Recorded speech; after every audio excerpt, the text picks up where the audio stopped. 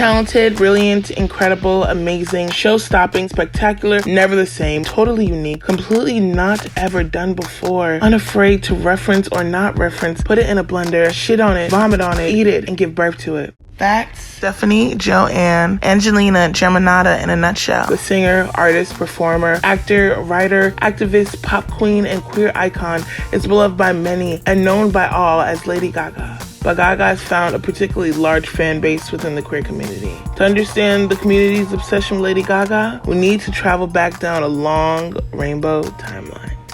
Some of Lady Gaga's critics have said her homages to pop culture history are unoriginal and have even accused her of ripping off other artists. Madonna herself once called Lady Gaga's work reductive. But when viewed through a queer lens, Gaga is not a con artist, but a drag queen in her own right. Drag has long been a part of the queer and trans community, particularly the black community. In the late 1800s, William Dorsey Swann, a former slave, was the first self-proclaimed queen of drag. Swann hosted drag balls and took political action, also a first to protect the community. According to writer Brian O'Flynn, drag today is about borrowing cultural references to construct a persona. Many drag queens take inspiration from and impersonate beloved icons. Flynn states, "She borrowed tropes to construct a persona that accrued her fame, figuratively lip-singing along to legacies of Cher, Madonna, and the stars she imitated. She invented Gaga in the same way that drag queens do their own alter egos." Gaga is not the first pop star to utilize drag fundamentals to cultivate and reinvigorate her career. For instance, take Cher, or Janet Jackson, or even Madonna. These women have constantly reinvented themselves decade after decade, drawing on cultural inspiration to do so. Additionally, performances of exaggerated femininity, like those of Cher and Gaga, border on that of drag performance according to the professor, Dr. Catherine Horn. Let's not forget Gaga's overt drag performance at the 2011 VMAs, where she appeared as Jo Calderone, Gaga's lover. In a performance as Jo, lasting the entire evening, Gaga makes many statements on masculinity. She begins her performance with a monologue in which Jo laments his relationship with Gaga, stating, "I want it to be real, but she says, Jo, I'm not real. I'm theater. You and I, this is just rehearsal."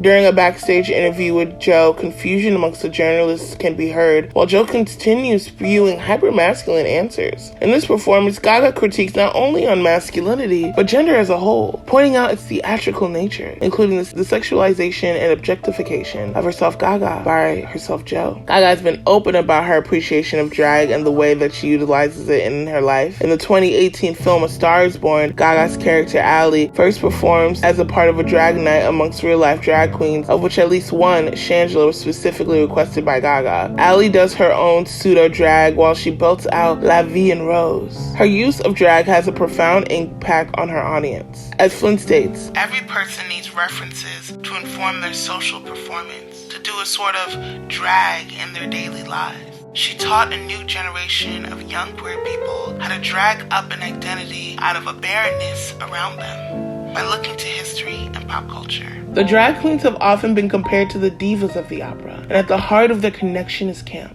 Something that's begun to cross over from the queer community and into the mainstream. So much so that in the 2019 Met Gala theme was camp, Notes on Fashion, co-chaired by Lady Gaga. And as pointed out by Lena Waithe's outfit at the gala, black drag queens invented camp. But defining the word camp remains easier said than done. One option is a style or mode of personal or creative expression that is absurdly exaggerated and often fuses elements of high and popular culture. Or in a word, art pop.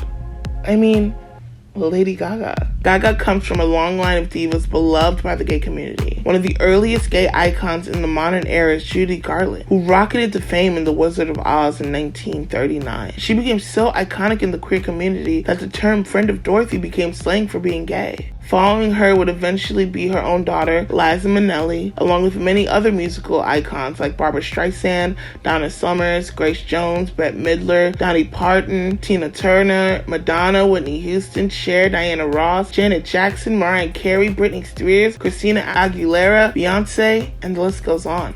According to psychotherapist Joe Court, there are several theories for the connection between pop stars, and in particular gay men, ranging from gay men living vicariously through the glamorous and resilient starlet basking in male attention, to acting as a mother figure to men whose real mothers left something to be desired, or to starting as an escape from the pressures of masculinity placed on boys of all sexual identities that blossoms into a lifelong attachment. Whereas straight men might place those feelings into romantic partners, gay men have Mariah. And while Lady Gaga may serve as any, all, or none of those to her fans, for many, she holds an almost religious space in their lives, with many stating that she saved them. But maybe our love for our mother monster isn't rooted in opera, camp, or drag. Perhaps her adoration stems from her unabashed love and support for us. After all, she's been an out and proud bi woman since the beginning of her career. When she confirmed her queer identity during a 2009 national interview, it was seen as momentous for some. She's since spoken on bi erasure within the community and hinted at her own feelings of not belonging in the very community she works hard to uplift. She's spoken of creating space for her fans. I guess what I'm trying to say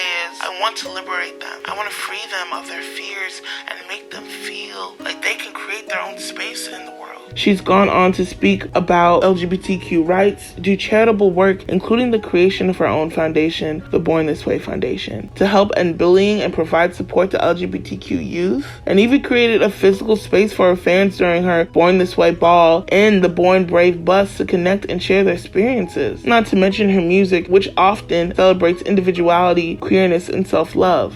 Most notably her song Born This Way, which was partially inspired by queer music history and became a near-instant LGBT anthem. However, the song was not met with universal approval within the community. Many felt it pandered to queer audiences. The song was chosen for us as an anthem as opposed to us finding on our own. And others noted that Gaga profiting off of a song intended to uplift us and essentially commercializing the community did not sit well with them. Despite these criticisms, the song has been blared in many queer spaces for the last decade. But it is the acceptance and celebration she created within all her music and persona that not only creates a safe space for queer people, but also challenges and queers the heteronormative culture of pop music.